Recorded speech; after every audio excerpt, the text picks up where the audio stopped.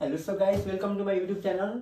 This is the Math Guru, your unrevealed guru on YouTube. So आज हामी integration, which is also known as antiderivative पढ्नेछौँ.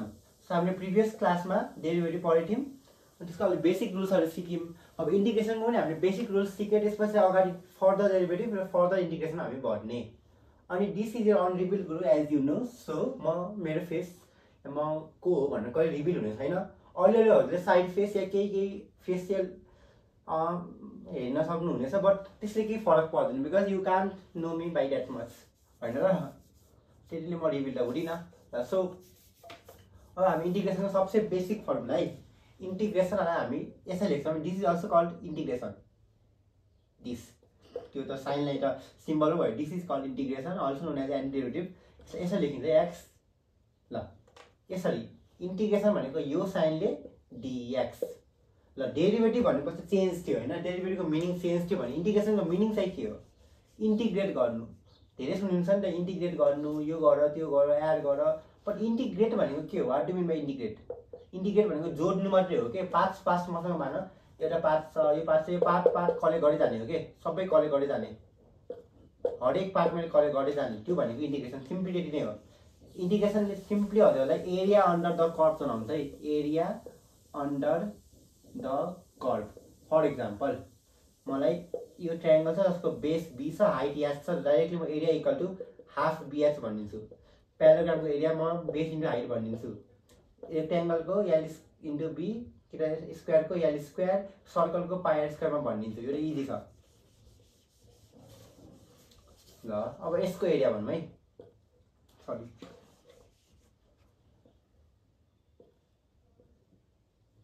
यसको area पनि अब एरियाको volume होइन, area.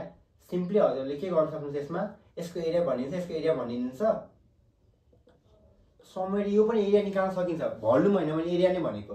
Total surface area, curve surface area सबै area निकाल्न सकिन्छ. यो कम्बाइन्ड फिगरको यसको एरिया निकाल्न खोज्यो भने यो पनि मजाले इजिली सकिन्छ. जस्तोसुकै फिगर होस् इजिली एरिया निकाल्न सकिन्छ. A1 + A2 + A3. तर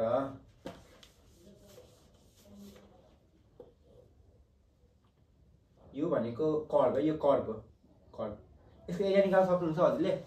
यो अलि सोलिड फिगर यतापट्टि. ल म अलि राम्ररी भनिदिन्छु है. यसको एरिया सक्नुहुन्छ? अभियसली सक्नुहुन्न, बिकज यो एरिया भनेको हाम्रो हातमा छैन के. अब यसलाई हामी के गर्ने? एउटा सानो सर्फेस लिने, यसको एरिया हामीले निकाल्ने अनि पुरैलाई इन्टिग्रेट गरिदिने. बुझ्नुभयो? ल म बुझाउँछु. एउटा सानो एरिया मैले मान डिए लिएँ. यो डिए एरियालाई मैले A1 देखि A2 सम्म इन्टिग्रेट गरिदियो भने यसको हामीले टोटल एरिया पाउँछौँ. हेर्नुहोस् त, त्यति गाह्रो फिगर. यसको एरिया कसरी निकाल्ने? यसको एरिया कसरी निकाल्ने थाहा छैन नि. तर यति इजिली हामी निकाल्न सकिन्छ कि इन्टिग्रेसन युज गरेर. कर्भलाई हामी इन्टिग्रेट गरिदिने. ल त्यो हो कि इन्टिग्रेसनको काम चाहिँ. इन्टिग्रेट गर्नु भनेको त्यो हो. पार्ट्सले जोड्नु भन्दा हुन्छ. अब बेसिक रुल्स अफ इन्टिग्रेसन सुरु गरौँ है. सो मैले डेफिनेसनको टाइम वेस्ट गरेँ. वेस्ट चाहिँ नभन्नु, म धेरै टाइम लगाएँ होइन. बट इफ हजुरले बुझ्नुभयो भने मेरो टाइम कतै वेस्ट चाहिँ भएन है, खर्च भएन. ल basic formula X and D X भनेको के हो? यो एन है. जस्तै डेरिभेटिभमा D by D X of X power N भनेको हाम्रो एन एक्स एन माइनस 1 हुन्थ्यो नि. त्यसै इन्टिग्रेसनमा X power N plus 1 divided by जे पावरमा छ त्यही एन प्लस 1. यतिमा मात्रै कहाँ सकिन्छ र? जस्तै 3x + 5 को डेरिभेटिभ पनि 3 नै हुन्थ्यो. 8x² + 7x + 3 को डेरिभेटिभ के हुन्छ? 16x + 7. यही ठाउँमा म +8 हाल्दिएको पनि 8x² + 7x + 8 हाल्दिएको पनि केही फरक पर्दैन. एन्सर त 16x + 7 नै हुन्छ. मतलब यो लास्टको कन्स्ट्यान्ट जेसुकै हाल या नहाल, यसमा हामी 3x डेरिभेटिभ पनि 3 हुन्छ, 3x + 5 को डेरिभेटिभ पनि 3 हुन्छ. मतलब यो कन्स्ट्यान्ट हाल नहाल फरकै परेको छैन नि त, हो कि नै? आखिर डेरिभेटिभ सबको सेम हो. सो इन्टिग्रेट गर्दाखेरि अब हामीलाई एउटा अझै कुरा म भन्छु है. र पहिला इन्टिग्रेट गर्दाखेरि हाम्रो कन्स्ट्यान्ट आउँछ नि. हो, त्यो कन्स्ट्यान्टलाई हामीले सी भनेर जनाउँछौँ. कुनै बेला हामीले कन्स्ट्यान्टको भ्यालु पनि खोज्नुपर्छ है. एउटा कुरा मैले के जनाएँ भनेपछि नि, डेरिभेटिभ अनि अर्को भनेको इन्टिग्रेसन भनेको एन्टी डेरिभेटिभ. यो दुइटैको नाममै एन्टी छ नि. एन्टी भनेको उल्टो हो के. लाइक डेरिभेटिभको इन्टिग्रेसन आयो भने, डिफ्रेन्सिएट गरिदियो भने हामीले इन्टिग्रेसन आउँछ भने, इन्टिग्रेट गऱ्यो भने त्यही अघिको रिजल्ट डेरिभेटिभ आउँछ है. फर इक्जाम्पल यो फर्मुलाबाट हामीले एक्जाम्पलको लागि x² को डेरिभेटिभ होइन. x² को डेरिभेटिभ भनेको x 2 + 1 3/3 + c. 7x4 को डेरिभेटिभ 7x4 + 1 5/5. म एउटा एक्जाम्पल अब डेरिभेटिभ र इन्टिग्रेसन दुईटैलाई रिलेट गर्छु है।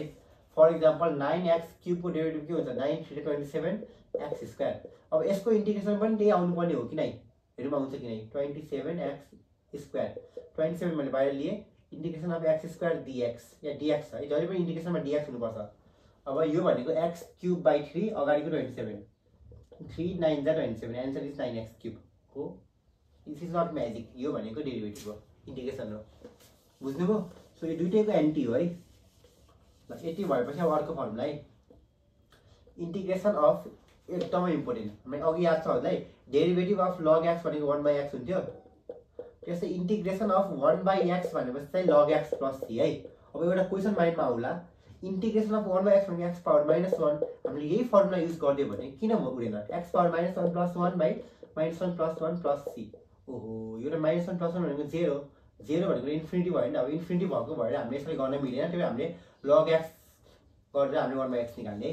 यति याद राख्नु, डेरिभेटिभको उल्टो इन्टिग्रेसन 1/x भनेको log x। त्यस्तै अब अर्को एउटा formula 3 number, integration of e power x, एक्सपोनेन्सियलको सेम ex नै हुन्छ + c, र अरू यस्तै बेसिक फर्मुलाहरू भइरहेको हुन्छ। अब हामीले ट्रिग्नोमेट्रिकमा जाम है। नेक्स्ट हजुरलाई फेरि डेरिभेटिभ रिभाइज हुन्छ। म डेरिभेटिभ र इन्टिग्रेसन दुईटै फर्मुला लेख्छु है। Differentiation, integration, INTEGRATION। ल सबसे पहिला इन्टिग्रेसन ल पहिला डेरिभेटिभ प्रिभियस क्लासमा मैले सिकाएँ है। Derivative of sin x, derivative of cos x, derivative of tan x, derivative of cot x, derivative of cosec x, derivative of sec x।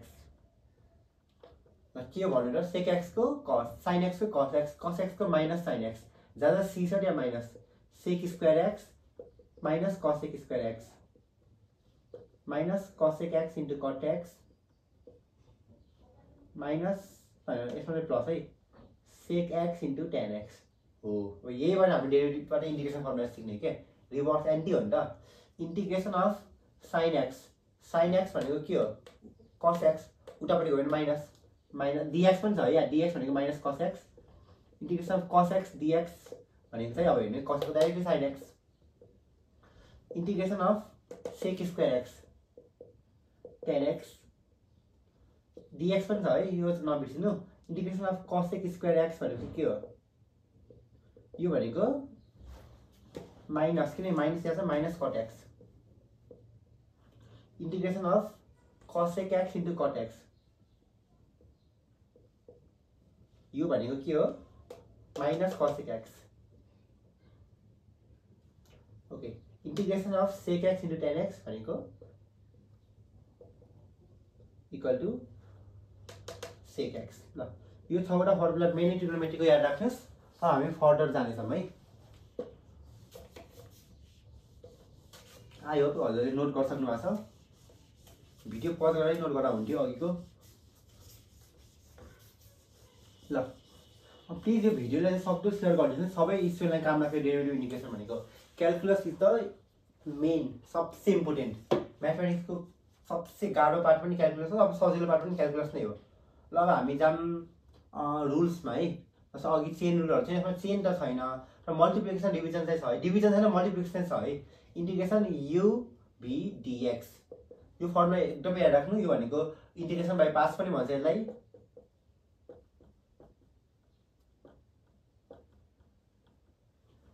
u integration v dx, पहिला u लाई लिने, v लाई डिफरेन्सिएट गर्ने, minus हो र हैन नि। Multiplication जहिले पनि यहाँ छ नि, मल्टिप्लिकेसन भनेको plus u integration v dx minus integration, तर यसमा चाहिँ माइनस छ है, minus integration du by dx integration v dx। ल यो फर्मुला चाहिँ एकदमै याद राख्नु छ। u integration v dx minus integration du by dx integration v dx एकदमै इम्पोर्टेन्ट हो। ल अब हजुरलाई एउटा म क्वेसन सिकाउँछु है। x² sin x dx।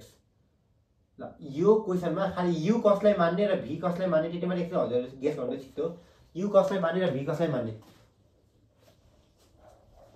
Okay, अब डाइरेक्टली u डाइरेक्टली v मान्दा भयो, यसलाई v यसलाई u, त्यो सोच्न गाह्रो छ नि। सो हामीसँग एउटा रुल्स छ कि, यो पासको एउटा रुल्स पनि छ। त्यो रुल्स चाहिँ मजाले एउटा निमोनिक्स बनाइएको छ है। ILATE, ILATE, I am late भनेर याद राख्नुहोस् न। हजुर लेट भइसक्नु भएको छ। आई भनेको इन्भर्स, एल भनेको लगरिदम, ए भनेको अल्जेब्रिक, टी भनेको ट्रिग्नोमेट्रिक,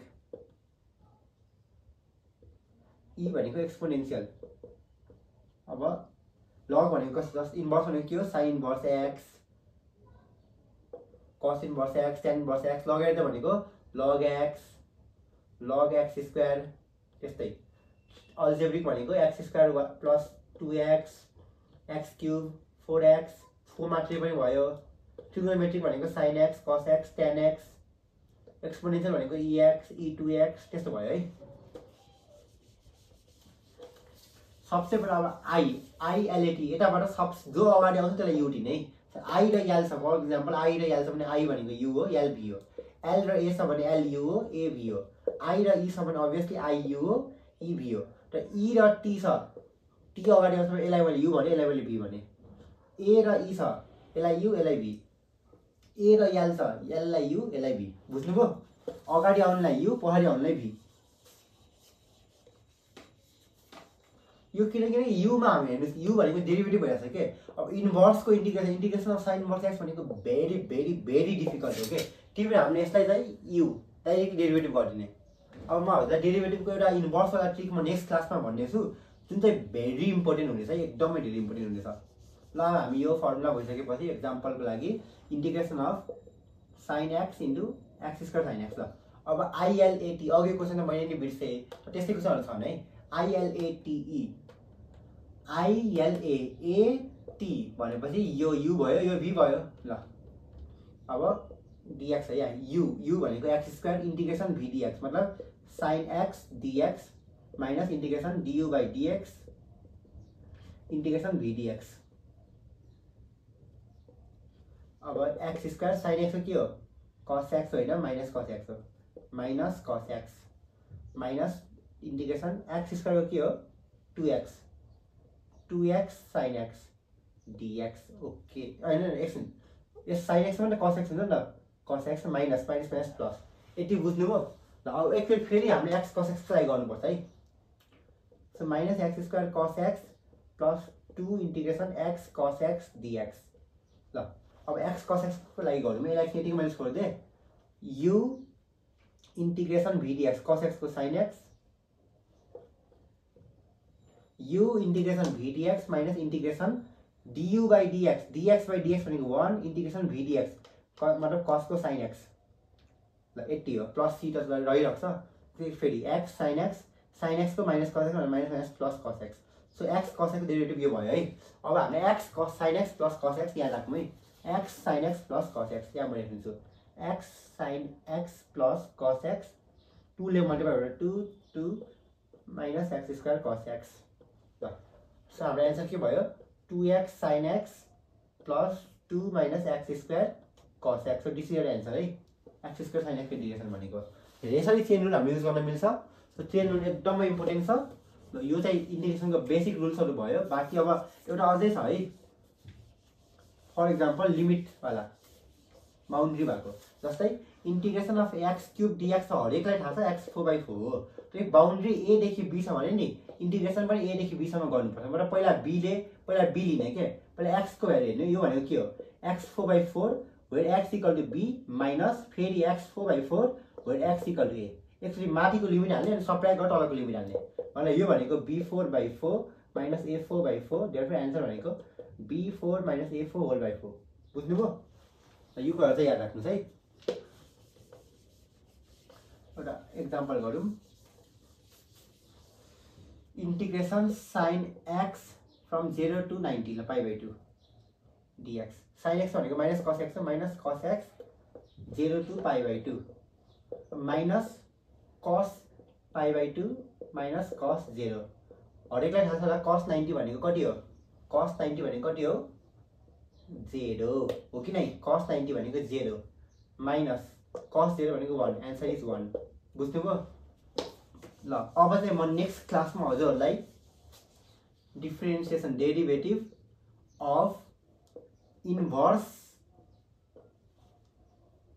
ट्रिगोनोमेट्रिक रेसियोजको सिकाउने चाहिँ म हजुर जस्तै derivative of sine inverse X, cos inverse x, even डिभनमा hyperbolic पनि सिकाउँछु हजुरलाई, किनकि लगे हाट भइहाल्छ, सबै सँगै हुने हो। योहरू क्लास 12, 11मा त यो सबै 11मा इम्पोर्टेन्ट हो, यो भनेको 12मा एकदम इम्पोर्टेन्ट हो। दुईटैमा सँगै एकचोटिमा फर्मुला चाहिँ 12 त फर्मुला याद गर्नु भनेको कसैले पनि सक्दैन, मलाई थाहा छ। आई मिन अब कोही हुन्छ सक्ने, बट म त सक्दिनँ। तर मैले चाहिँ के गर्नेछु, आफ्नो एउटा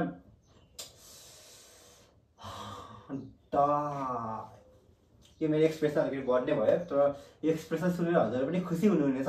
त्यो हाम्रो एउटा एक्टर हो है, एक्टर भनेर पनि डान्सर, उसलाई याद गरेर उसको मूल मन्त्र, उसलाई हामीले मूल मन्त्र बनाएर इन्भर्स ट्रिगोनोमेट्रिक रेसियोज हामीले याद गर्नेछौँ, जुन चाहिँ भेरी इजी हुनेछ। So please be wait for next class. Thank you everyone. So like, subscribe र सक्दो सेयर गरिदिनु है यो म्याथ गुरु भन्ने च्यानललाई, बिकज यसले हजुरहरूलाई धेरै नै सर्भिस दिनेछ। अब हरेक कमेन्ट हजुरहरूले जति पनि कमेन्ट गर्नुहुनेछ, यो हरेक कमेन्टमा आएको कुराहरू सक्दो उसले भिडियो हालिदिनेछ है यो म्याथ गुरुले।